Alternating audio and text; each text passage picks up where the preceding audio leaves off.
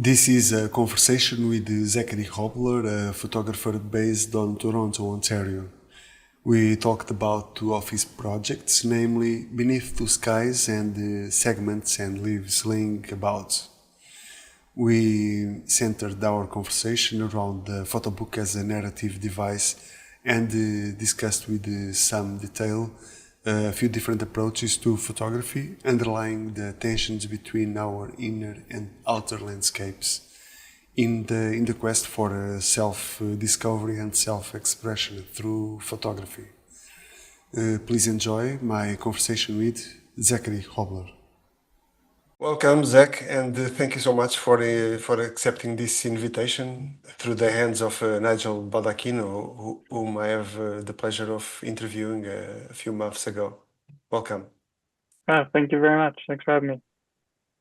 So I would like to start right away talking about one of your projects that I understand that you have been dedicated yourself for some years. That was the Toronto Photobook Library. Perhaps, well, as I understand, you started this project in 27 till 2023. Yeah.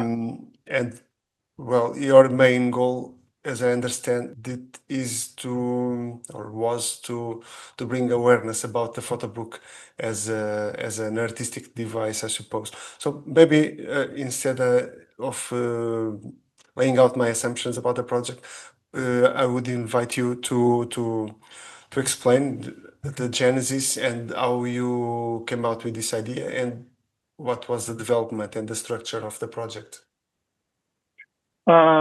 I mean, the genesis of the Toronto Photobook Library was a friend of mine came over one day, one afternoon. He came to hang out, and I've had a photo book collection for a while, and I was explaining that it's really nice to have friends over and go through books with them, talk with them about them. It gets me thinking differently about them.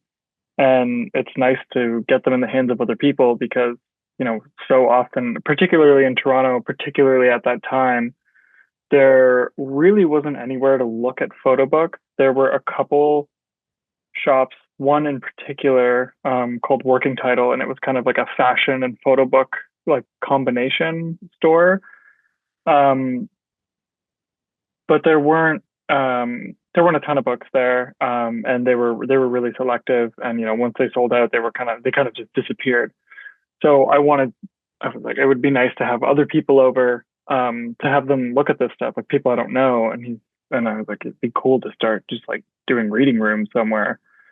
And he he said to me, well, my little gallery space, over in the West End, it's available next weekend. Do you want to do something like that? And I was like, oh yeah, that'd be great. And so I basically just pulled together a bunch of books, some newer ones, some really old ones, some big floppy ones, and just took a bunch of furniture out of my house and set up really quickly in this gallery space for a weekend. And I had a lot of people show up. It was pretty consistently busy throughout the weekend. And one of the people involved with the Contact Photo Book Festival, Ben Friedman, he has a book out with Mac right now. He came by and then he was really interested in partnering up. So after that, I got connected with the Contact Festival here in Toronto, which is a month-long photo festival in May. That's been 25 or 30 years now. And we started doing programming together. And yeah, I mean, the whole reason for doing that was just to have a place in Toronto where people could come together to look at photo books with no pressure of buying them, just somewhere to hang out and to be a touchstone for community. It was born from the sheer desire of you to share this thing that you cherished. Yeah, so I talked with Contact about it, and I got involved with an organization called the Toronto Art Book Fair, which was I think they only did 3 iterations. but it was very much about yeah, just having a place where community could come together surrounding this medium. And I flew a couple people up for artist talks. I had some panels partnered with Contact. And I tried to just be adaptive to whatever space. Originally, there were a couple tables that kind of signified that the Photobook Library was here. Um, and it was really well received. And unfortunately, during COVID, it was really hard to figure out how to have an in person event. And a lot of people were like pressuring me to like do things online, and I was like, that's not really what it's about. You can't really experience a photo book online the same way. It would also be problematic with like legal considerations and just permissions. And it doesn't serve community in the same way. You're not going to meet people and talk about photo books online, and there's like a major cost to like keeping up like a server or something like that with all this information. It was just not the direction that I wanted to go in. So I did a couple smaller events, kind of like rotating reading rooms with a couple studios here in Toronto, and then I kind of put it to rest. Um, I have been toying with the idea of starting it again, but it's very very early, and it's not for sure yet. It's always in the back of my mind. I really enjoyed doing it, and I had really good reception to it. And I would really love to start it again if I can find the time and the space. So, how was the practical experience of sharing those photo books? You were, well, you grabbed a bunch of your own books, I suppose, from several artists, I can imagine, that you from your collection. So, and you just share with people and you are talking about those books, or people just were wondering about the pages? It was kind of different every time. For example, once uh, Miwa Sasuda from Session Press came to Toronto, and she had a talk about her practice, and I had this sort of pilot reading room that was a couple doors down that was kind of based on the discussion that she had. So some of her titles were there, some of the titles she referenced were there, um, and then there was another panel that I did with some local photographers and another photographer from South America about just the whole concept of longevity in the photo book. And Interesting. there was a reading room like tied to that. So there was always a theme running through the whole thing. And when I started out, I had maybe sometimes there were like 30 or 40 books, which I realized was like a lot for someone to digest in an hour or two. Um, so eventually I pared it down. I was trying to keep it below 20. Often like, around 17 was, I found like a really nice number that felt full enough, but still not too overwhelming. And then there was in the last sort of event that I did, which was a really passive event, I had four books at a time over the span of 3 months. So I think it was every 2 weeks, I would change the four books out. And it was just kind of in the studio. So people could come, like people work there at different times. It was in their little You cafe. were scheduling like a couple of hours a week, or what was the structure? Well, it wasn't, there was no talk involved. It was Okay. very passive. It was just like, there's these four books here and they're going to go away. And then four new books are going to come.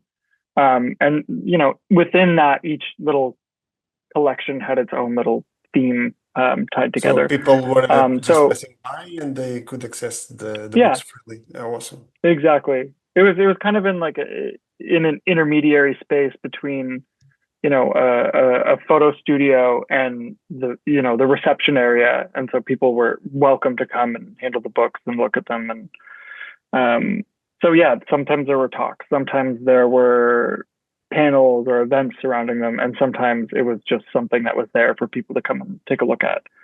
But one of the big things for me was not having a shop. There was no financial incentive involved. If you wanted to get these books, you can look for them, but I didn't want to turn it into a store.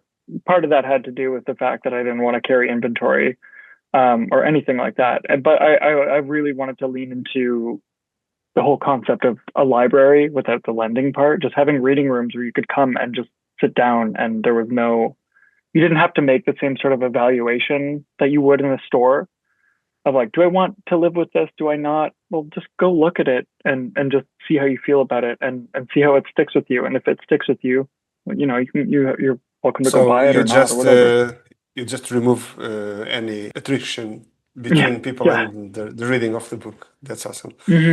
Yeah. So I have the impression, and I will share with you, and you tell me what you think, that Sure. well, photo books are, comparatively speaking, are well, they have a limited reach in terms of public awareness. So I have the sense that some people, or maybe most people, just don't even know what a photo book is. They don't have the concept, so they cannot go look for it. And maybe one layer above that, they don't look to a book, general book, as a work of art even. So it's sometimes they have the perception of the book being costly, and they may not even understand the what's the narrative about, or what kind of object and what its purpose. So do you recognize this as a real thing that we have to deal with? I mean, yeah, I think a lot of what you're talking about has been complicated by so many things since the sort of like boom of the photo book and the 2010s. You can it like things have gotten a lot more expensive, but when you mention a photo book to somebody, I think a lot of them think of a coffee table book or a catalog, and I don't think that those things, to my mind, are photo books. Even in discussing books that I'm interested in, or books that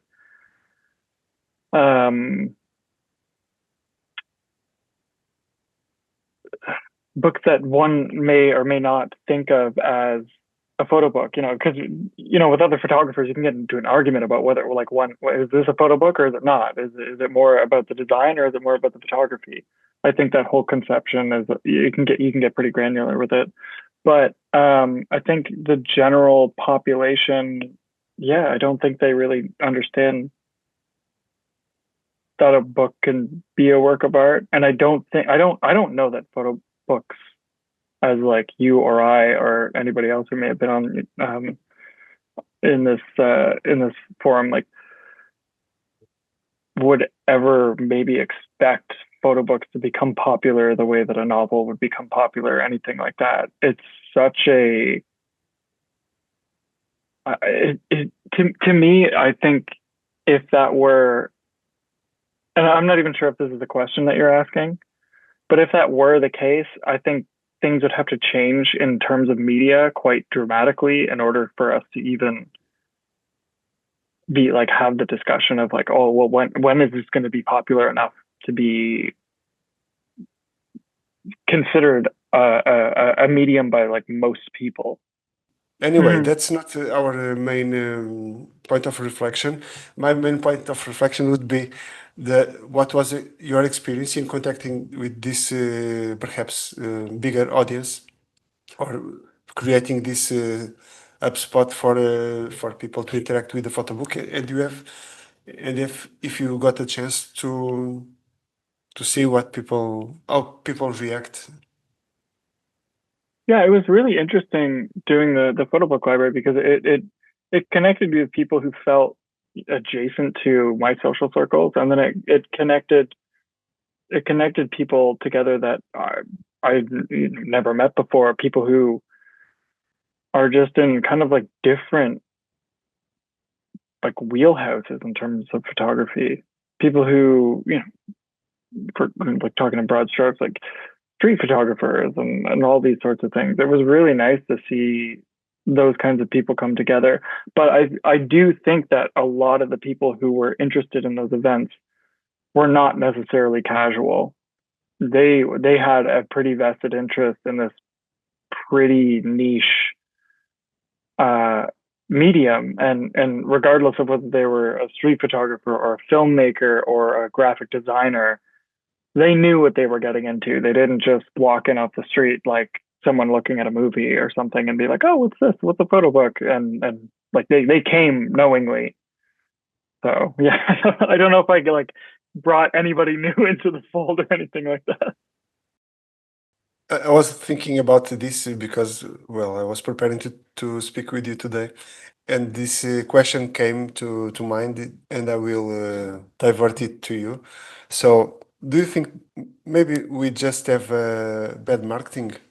Well, I was thinking on this the following example. If you consider for high fashion, high fashion perhaps has the same audience as outdoor photography, really high-end people with some means that go to galleries and can buy a piece of art, photography, and because not everyone can buy high-end fashion brands have some products that are perfumes, for example, that they are much more accessible. They are still expensive comparatively, but they are the entry point for people to feel part of that allure, let's say.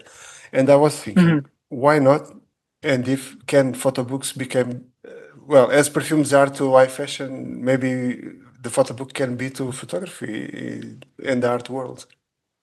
That's a really interesting analogy, um, because I think there's a difference between you know like someone who's collecting photography and someone who's collecting photo books. I mean, I have a lot of photo books, and if I were to trade it all for market price, whatever, however you want to quantify it, if I were to trade it all for photographs, I wouldn't get very many photographs, I don't think. Um, so yeah, I see what you're saying, and I think that's like an interesting way to put it. Um, that being said, I think a lot of people who are interested in photo books still think photo books are expensive, and they are. Um, and one of the things that I was thinking about while you were um, asked, Well, a perfume is more expensive that a photo book, and lasts much less, and people buy it anyway. yeah, So there is to be a different reason. I am familiar now with the two projects of yours. They seem to me pretty different hmm in terms of the way you structure your narrative, let's say, through the pages. So I would be very interested in the way you see what potential do you have, do, do you think photo books have, and what kinds of narratives and structures one can experiment? Just to give you some context, in the back of my mind, I am comparing this with the much more well-defined structures that one can see in literature. For hmm example, you can do a Google search and you can see the journey zero and maybe other 10 uh, traditional or well-defined structures for your book. And I sometimes I well, when I am trying to sequence a book, I have those ideas, and I always think maybe it is possible to do something more than simple free association of images. That I think most books that I've seen, well, not yours, not the second one, the well the leaves. hmm That's segments. Yeah. pretty different. But most books that I have here are well, the narrative structure that I can identify is basically free association and visual hmm intuition. And I feel, I'm not sure, but I have the feeling that there is some room for other ways to structure. Well, one that I can identify in photographic projects in general. For example, the diptych, the idea of the diptych, because photography is such a tool that can really synthesize ideas to such a rudimentary element that you can very easily put very different time and very different space and very different people side by side in a page. So that gives us a narrative tool of contrast and these kinds of tensions. So there are some that people use, and I wonder if there is something that one can borrow from literature. I think it's really hard to speak about photography and literature in the same context, because photography is not linguistic, and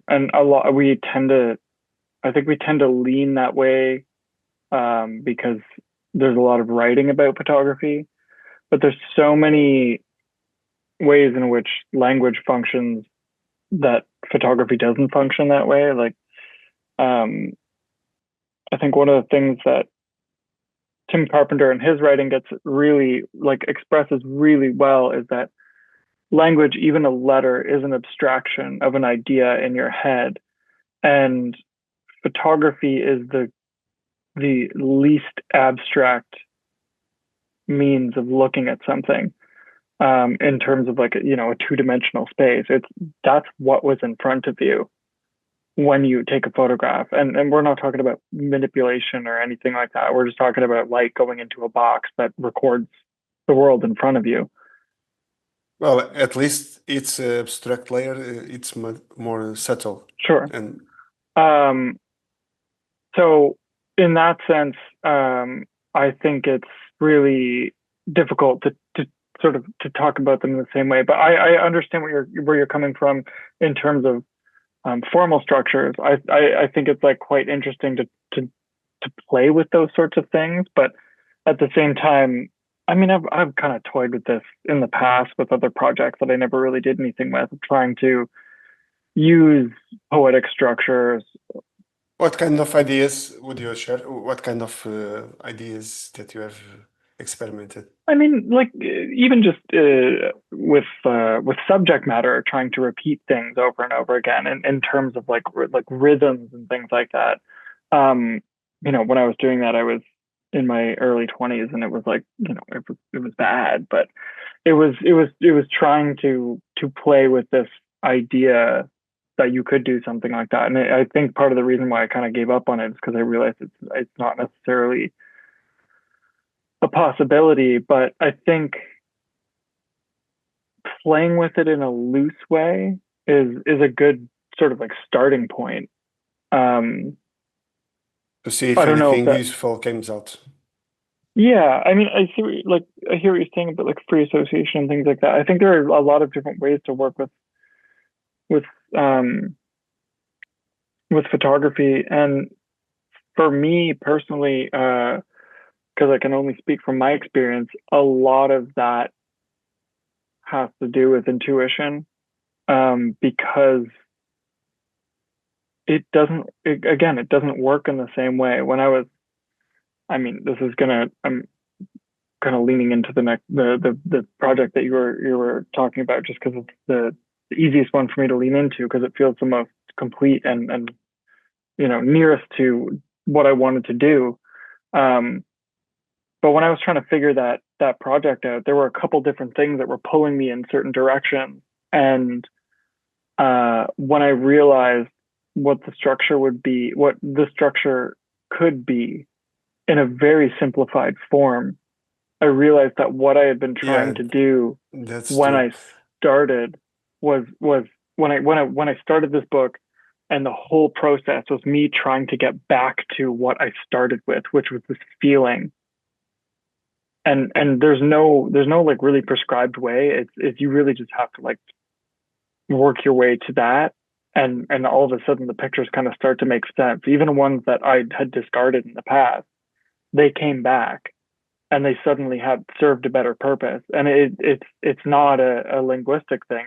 It's a visual thing, and it's a felt experience that you can only really talk about so much, and at a certain point, you just have to be like, well, here's the pictures. They're going to do all the work. Yeah. So I will make a note for us to return to that point because, I would start with the other project, talking about Beneath Two Skies. And well, I've written a little description and I will read it for you, and then I will ask something. Sure. So, in Beneath Two Skies, we move through oak woodlands and savannas of southern Ontario, gradually drawn into a disorienting landscape. A shift horizon, rising, tilting, falling, acts not so much as a visual anchor, but more as a formal disturbance, unsettling the viewer's balance and perception. As this fluid movement unfolds, the land reveals itself to be on fire, fragile, volatile, yet strangely meditative. So, this give people that are not familiar yet with the project some visual anchoring, and perhaps you can lead the way and explain a bit how this project came about. In very practical terms, I lived across. I when I first moved to Toronto, I moved across from the largest downtown park that we have, and they do prescribed burning or controlled burning. And Oh, it was not you. Pardon? It was Oh, I not you. wasn't setting the park on fire, but I am now actually. Oh, yeah. Let's Yeah. talk about that. I was like, I was very like, I became very interested in this sort of transitory stage of object permanence and kind of the perception of that. Like, how can you hang on to something? How can something be firm? And when I was trying to figure out what that meant, I was like, well, nothing is permanent. Nothing lasts forever. And I kind of hit a wall pretty quickly with that. So I very much immediately moved to, well, where can I find this sense of one thing shifting to another? And I moved to Toronto and I found these prescribed burns, and I was like, okay, this is like pretty perfect a perfect subject matter for that sort of thing.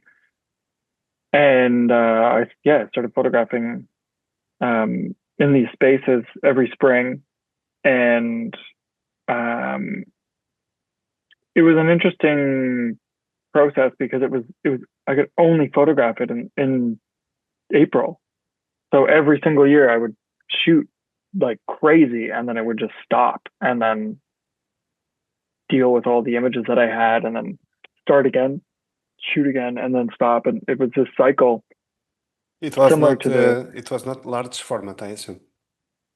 medium format. Yeah, no. Yeah, and so I was going to all these places, in rural Ontario and some of them in urban Ontario, in cities, and really started to get very close to these firefighters who were doing these controlled burns. And for a very long time, until a couple of years ago, I was kind of at odds between taking these really stunning kind of documentary seeming photographs and these much more sensitive and subtle images that I was totally at odds with. And then I did the where I met Nigel and the Penumbra long-term photo book program. I had a few conversations that really changed things and helped me realize that, like we were talking about earlier, the sensibility that I was trying to get to was the earliest kind of feelings that I had about this project and the uncertainty of being in this place that's on fire, and I don't really understand it. I'm just walking through these fields kind of by myself, and I know there's fire somewhere, but I don't know where it is. I don't really know how to deal with it. I don't know really what to do. And that was sort of the sensibility that I was trying to move back toward through photographing this for 8 years. And there was this kind of breakthrough that I realized that was what I was doing. Can And I share then, one quick idea about sure. what you have just said? So there is one idea that I was well, I pay attention sometimes to language, and there is some language that is common both to photography and religion. For example, that is the idea of revelation, and Hmm. with philosophy also. And I was wondering what's the meaning of that. I'm not particularly drawn to center myself around religion. I'm more philosophical type, and I was thinking about those common idea uses of this idea, and I came to the conclusion that sometimes some events feel like a revelation because most of the time you are just clueless.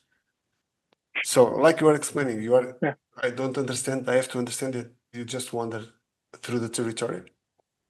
I think that is so much a part of the process of photography. I think as part of any artistic practice, really, you're looking for this thing, and all of a sudden something hits, and you don't know what about it is is resonating with you, but you just know you have to keep going. There's like that itch or that urge to just like keep following it and following it. And then I think at one point you figure it out. And I was talking with a friend of mine the other day about when you don't have that, when you're trying to find it, it's just utterly painful. It's so hard to not have that sort of like itch or the urge. And when you're like trying to find it, it just feels like you're forcing it, and it doesn't work. And maybe sometimes, it'll work to fit into something later. Um, but in terms of that sort of like revelation, there's two in terms of like how I work, at least, and how I have worked.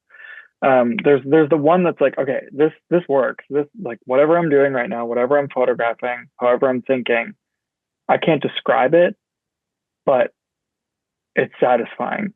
It's satisfying to follow. And then there becomes a certain point, for me at least, where I find I'm repeating myself, or I'm getting a little bit lost in like the imagery, and you kind of like reflect and turn back as you kind of spiral through this thing. And then I think, especially through like talking with other people and constantly reflecting on the work, you're kind of at a point where you're like, oh my God, okay, this is what I was trying to do. And because you've worked through that, and you're also growing as you're working through it, you can kind of tie it off, and you're gonna keep moving and growing through whatever's next.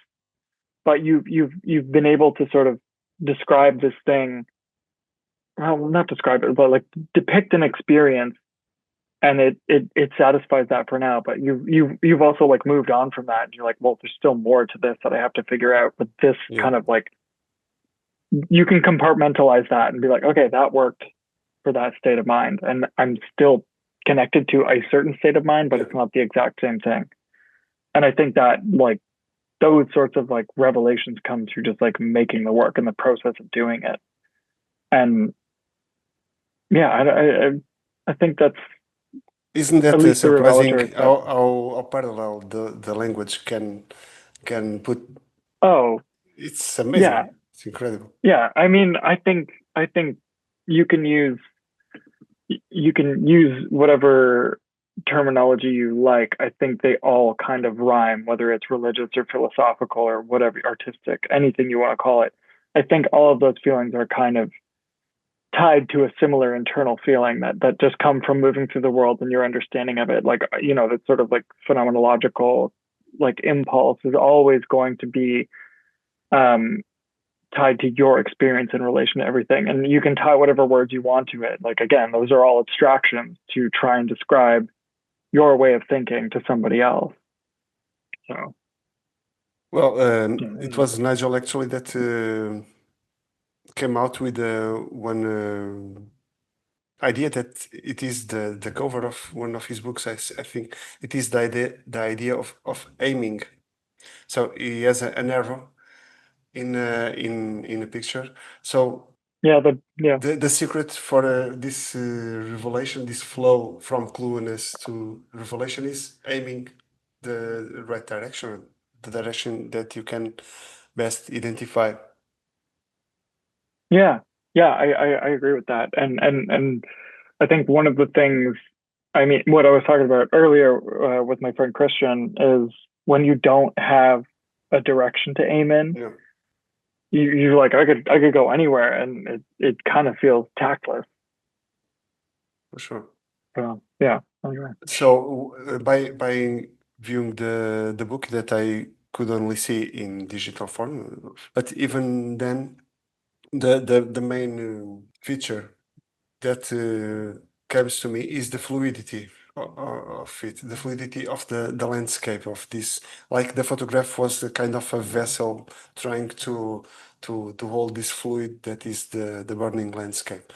So it's a very surprising idea because you are photographing a landscape. And I would ask you, well, how do you position yourself in terms of comparing this kind of approach with the tradition of landscape photography? I have two thoughts on that. I think one, I kind of like this idea of the landscape kind of sloshing around, and it has multiple. There's a lot of different things that I think about when I think about this sort of fluidity that you're referring to. Some of it I've kind of relayed in conversation about, what fire serves us really well. Too much of it, is not a good thing. Similarly, water serves us very well. Too much of it is not a good thing. You can drown, you can be devastated by a flood, any of those things. These are elements that we kind of have to deal with in our daily lives, and we do. The whole fluidity thing also ties to just perception in general of time, of geography. You can, if you go to a mountain range, that's just two waves of tectonic plates just crashing into each other the same way that a wave crashes on the beach. All of these things, there's just different stretches of time that you can perceive in different ways. And then the other element of that sort of like fluidity and movement is tied to that sort of, way you can imagine perception. I just really wanted it to feel like a human, like me moving through a landscape. I wanted it to be that kind of like, your head isn't like this. You're not on a gyroscope constantly like perfectly, like moving through the landscape. Like it kind of irks me when I see architectural photography and like the verticals are perfect. It's like, I never see it that way. That's not how my brain works. I don't like look up at a building and imagine it looking like a keystone at the top of a stone But bridge or anything like our that. brain It compensates, it and it you manage to yeah. see it as it is, kind of You can imagine that, as but a that is mental again that image. exactly. But like I know, and I try to pay attention to those sorts of things. And so that's kind of how I wanted the book to feel. It's like, especially with the uncertainty of like the movement, it was very important to feel that in the undulation of the space of like the ground and the sky kind of like always being these two anchor points, but they're not quite solid. And that is kind of, that's how I move through the world. There's the idea of, again, if we want to talk about like those abstract or like vertical, sort of like mathematical, clean feeling lines, like your brain corrects for that, but your eye doesn't see it that way. It doesn't. It sees it like this, and then your sort of like learned brain connects it to be like, okay, up and these sorts of things. So I'm very interested in where that kind of borderline can break down in photography and how your what you imagine and what you see in front of you, those things kind of, there's a immediate thing, and then there's a processing that happens post immediate perception, and that's kind of like where I'm And trying to get with pre that sort of thing. also pre-perception sometimes. Sometimes Yeah, exactly. It's when you go to a landscape, we carry a mental image that we are challenging with our photography and seeing what's really in front of the camera, and we have to, in some way, just oppose both yeah, to a new yeah, something new. yeah, exactly. And it's a complicated thing because it is the pre-conscious. It is that you get the image and then there's all this work that happens to kind of make sense of it. But there's still that immediate reaction that you're kind of always, at least I'm always kind of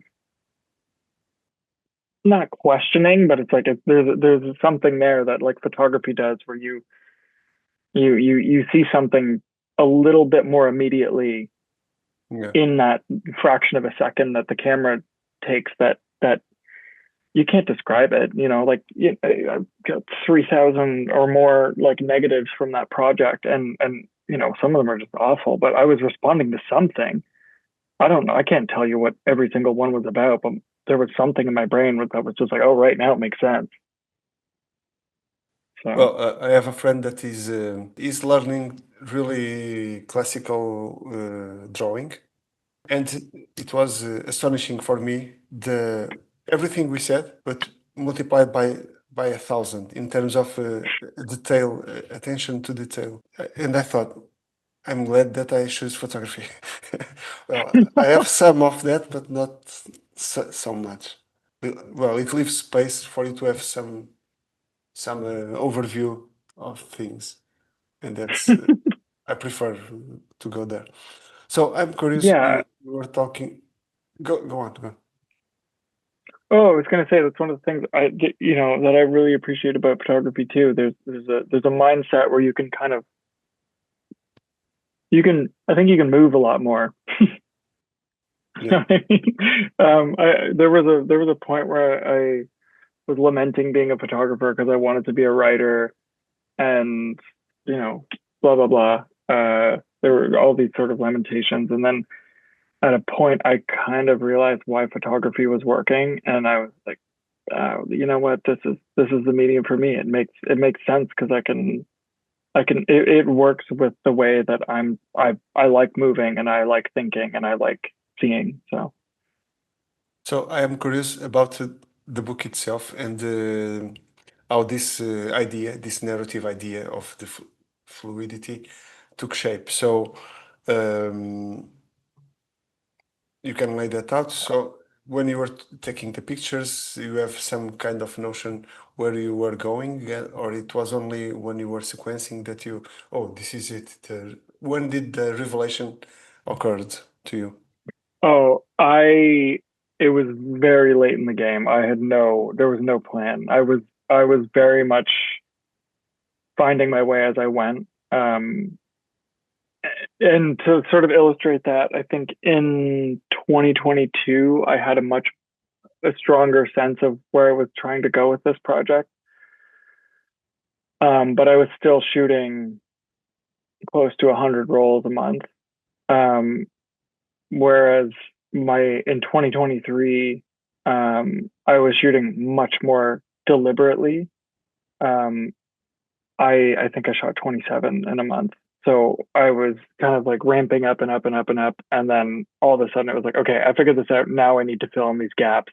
And there's a lot of photographs from 2023 that ended up in the book. But the reason why they ended up in the book is because they were much more considered. And that, I think the reason why that came to be is I'm a very slow worker, and I'm totally okay with that. I would way rather move slowly. I'm like the opposite of like the big tech thing, like move fast and break things. I want to move slowly and build things carefully. And it to me, it's very it was very important to go through all of that like chaff, like work through all of that stuff in order to find the right photograph that satisfied the sensibility that I was trying to convey. And that did not come with like any sort of deliberateness. I will say I think it affected how my process functions, more currently. But that's always in flux as well. I think it to me, and I'm not here to like prescribe ideas to anybody else in terms of process, but I don't think working in a way where you're trying to close down your project or your book or your process before you've gotten to the end serves whatever it is you're trying to do, unless that's part of the process. Even in such a case, I would still try to have a level of openness. So yeah, there was no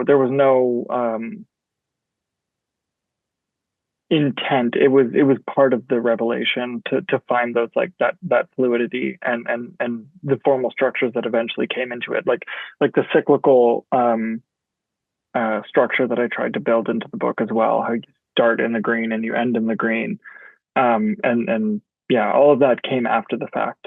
As I had a better sense that came through the process of making the pictures.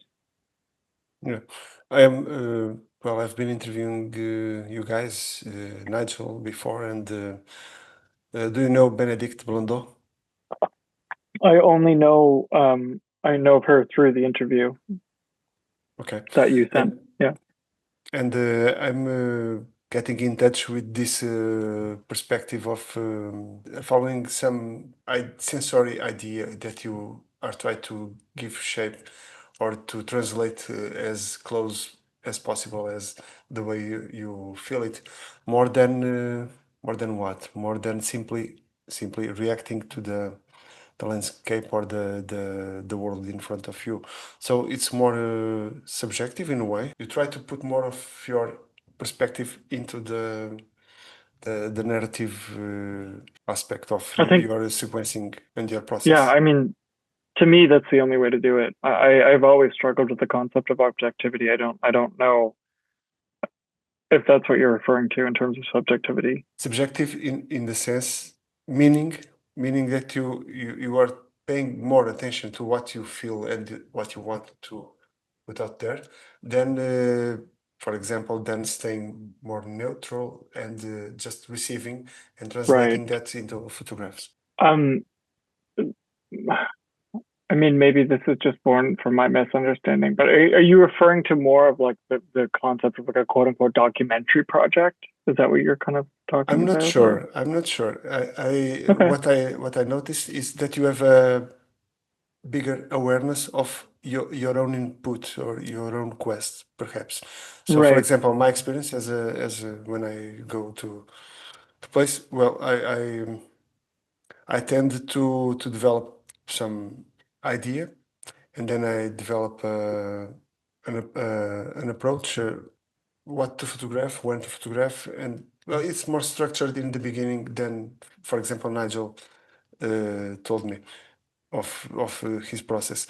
And anyway, when I am on the spot, I feel that I am in a kind of onirical space on everything gains significance. So even though I have this preconceived idea that guides my quest, when I am in the place, I am overwhelmed with what's really there. So the difference may be in the degree of awareness of your own subjectivity. I think part of the reason why Nigel and I connected was because we realized, within a few months of meeting each other and talking in more depth, is that despite the similarities or differences between our work, there, like underneath all of that, there's a very common desire to understand ourselves better through our work. And I think having that, his voice in the back of my head is telling me not to speak for him, so I'm not going to do that. Yes, let's focus. Let's So for focus on me, our conversation. it's much more about allowing that to be accepted first and foremost. that like I am making these photographs and I'm just going to intuitively react to what's in front of me and release the shutter when I think it's appropriate. Because if I'm building any sort of like formulaic or getting ahead of myself with a structure, No, I'm never okay, gonna. I'm understanding now where we may be having difficulty. Okay, I'm perhaps not making myself clear, but becomes more obvious when you respond to me. So you are yeah, it's fine. describing your process of more freely reacting to what's in front of you. But previously, you expressed yourself saying that you have some idea that you are trying to imprint in your process. So this idea of fluidity that is not only, well, it's the least related with this landscape in particular. It's more related to your own philosophical stance and your lived experience. But those two realities coexist also. So you have your own, I call it subjectivity. So your own individual baggage and ideas, and that you want to put to the through the world, and use in this case the means of the landscape, the fire, to because it's the best that you have chosen that does as a means to express yourself. I feel more in accordance with what you do, with the exception that Hmm. perhaps I tend to, well, I write many pages before I start to develop a project. So I'm not so free on going to just go and follow some intuition. I wish perhaps, and maybe I try with some projects, but that's inspiring to me in that sense. That's what I am noticing. Yeah, I hear what you're saying now, and I better understand it. I think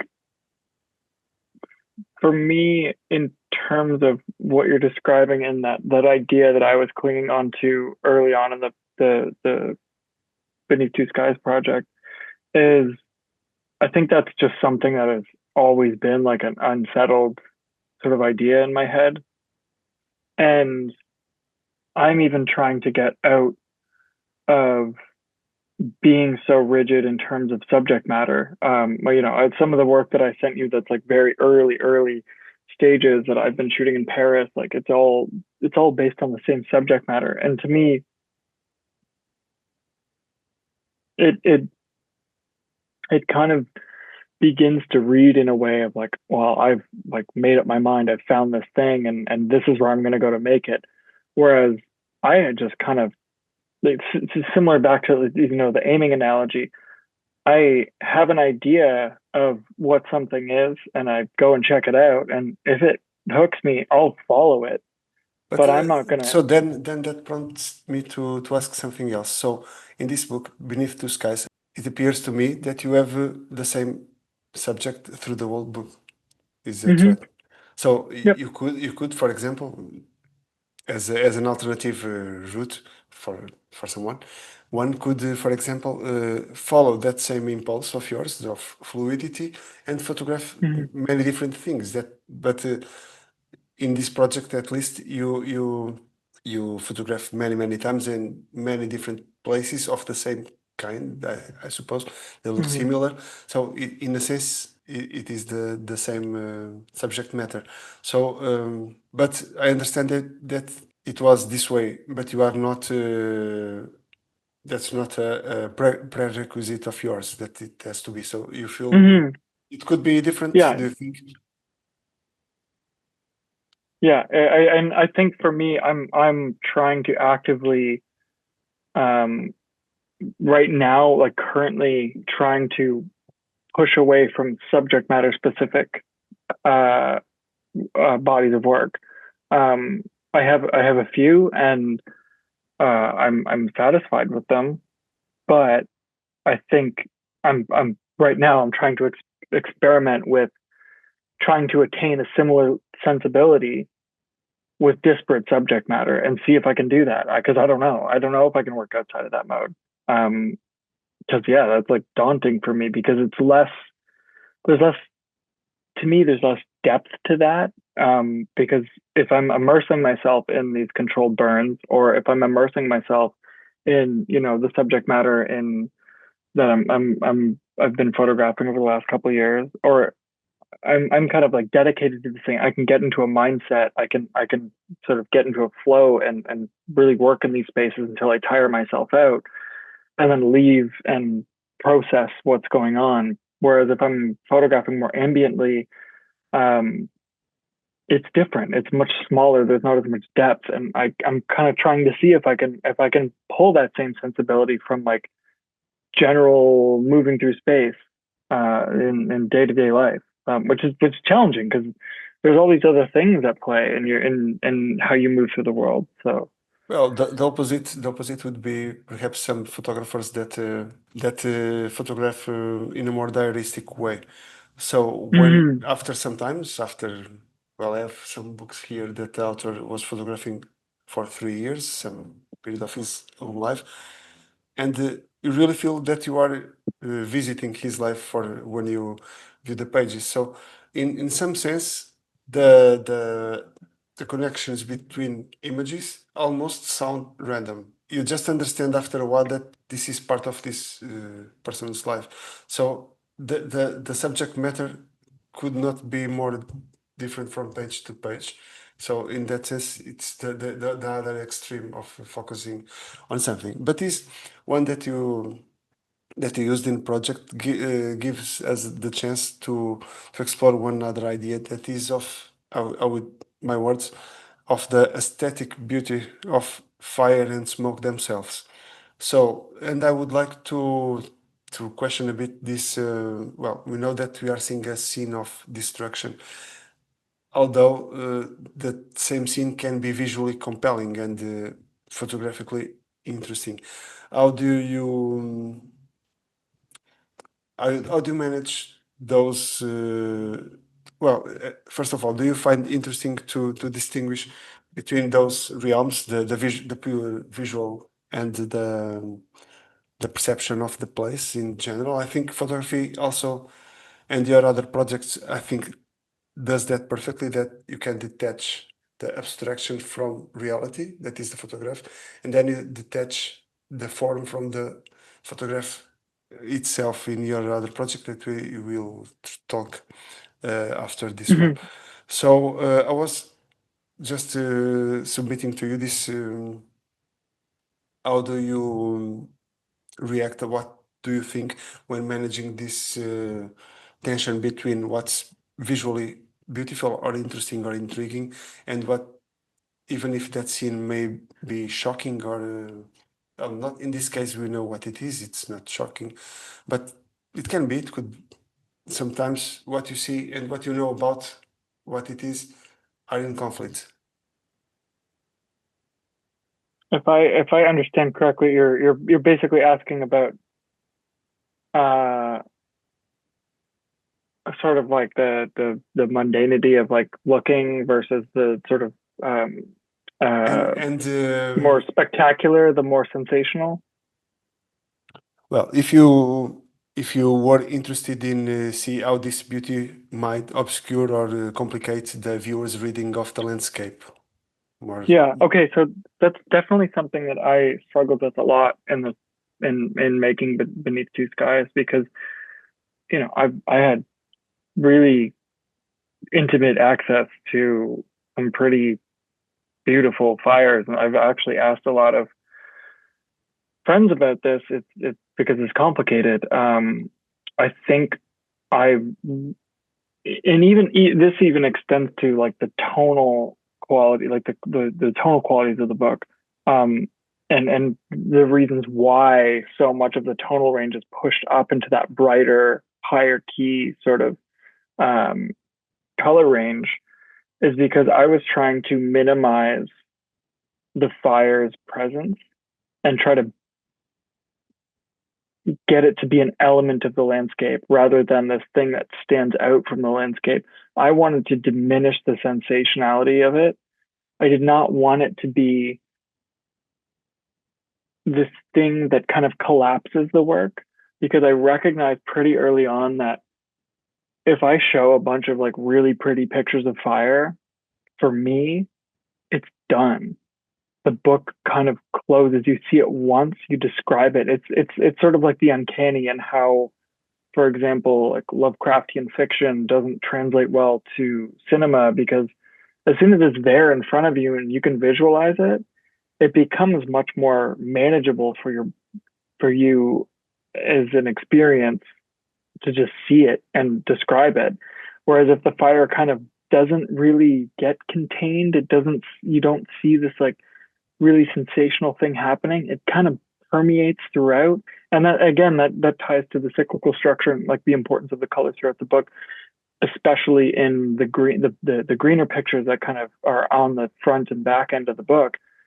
The orange in those pictures, to me, like what I tried to do with that was have the fire like permeating throughout the entire thing. So that color is always there. And it becomes less contained in that sense. It becomes more of an element of the landscape. And it in having those like sensational or shocking pictures, you collapse it into this frame and it's just there. And it kind of describes it, and then at least to me, I'm done with it. And so it doesn't work as well. It doesn't work as well to serve the purpose of the sensibility of what I'm trying to convey in this entire book. Well, that leads me to talk about one other axiomatic element of photography, that is context. So one thing that I noticed is related to what you have just what you were just talking about. That is the slow revelation that this unstable landscape is on fire. You don't show that right away. So that seems to me to be obviously thought of. So, and the way you slowly unveil what's happening, and it reminded me of one. Do you know the photographer Duane Michaels? Mm-hmm. There is you have some projects that you would construct some illusions of context. One is of a bathroom, that you see a scene of a bathroom, and then he opens the angle a bit and opens up, and at the end it's the beginning image as a photograph on the wall or something like that. So that recalled me of this interplay with the context in your own book. That's and I think it plays really well because, well, it's not only context by the sake of context, but mingle with this stability and fluidity that, like a river that goes to the sea, and then you reveal what's happening in the end. So that's beautiful, and I suggest that we talk about your other project, segments and leaves laying about. In this book, you have the same image repeated through the pages, and you have some translucent sheet of paper in which you have some draw of little formal structures of the photograph.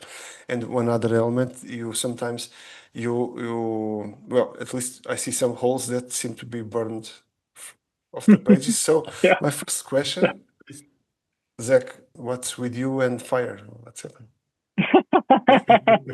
Yeah. Everybody asked me that. Were you a pyro as a kid? I'm like, no, I'm not. I was really afraid of burning these books like it's completely. it's all controlled fire. I know. Yeah, exactly. It's very under control. Can you Yeah, I describe mean, this project for us, other than what I could access through this visualization? yeah, I mean, for me, it's very much a formal exercise. In an experiment with just materials. It's sort of a precursor to Beneath Two Skies, just in the sense that it kind of deals with similar subject matter. But for me, it was about playing with this single image that moves in response to these little drawings that, you know, as the book progresses, they move in response to the image, and the image moves in response to them, and that transparency is always at play. It's almost like a game of telephone. And then at the end, are you familiar with the game Telephone? Yes. Yeah, yeah.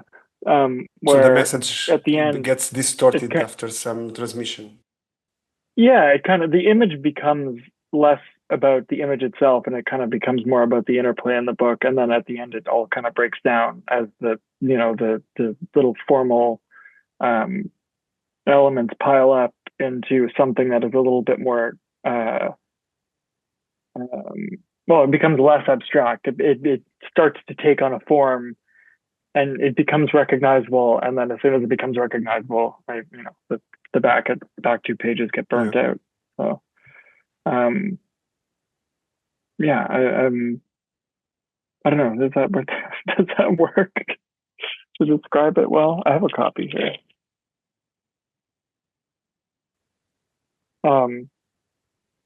Yeah, it's really, for me, it's just like a formal and material exercise, and like about him making a book. What have you learned? What have you learned with this idea? I mean, immediately, one of the things that I learned is not to hand deboss. That is brutal. But I definitely learned about, I learned a lot about paper and just design. And you know, how formal relationships can function. I have written a commentary, and I will read it so that I won't mess it Sure. up. Because there is one other idea that kind of impressed me when I try to put myself within this book of yours. So, and I was impressed by how this simple idea weaves a delicate alchemy of paper, charcoal, and fire, all born from the tree, and detaches form from the photograph itself, already an extracted abstraction from the visible world. Maybe this would be a perfect time for us to go back to the narrative structure in the photo book. So that's what we have talked in the beginning of our conversation. We have talked about the structure of the photo book, and I've already pointed out that these two books of yours are so different in terms of narrative, but at this point, we have explained that this is an exercise, but if you want to add something in terms of taking these two narrative arcs, these two different narrative ideas, and put those side by side, what that makes you think about the possibilities of the book as a narrative device? Uh, um, I think there's so many different ways to do it, and for me, I think this, like, segments, it feels quite outside of how I would normally work, and I really, like, I think I push myself outside of my comfort zone, definitely, with making this. And I mean, I don't.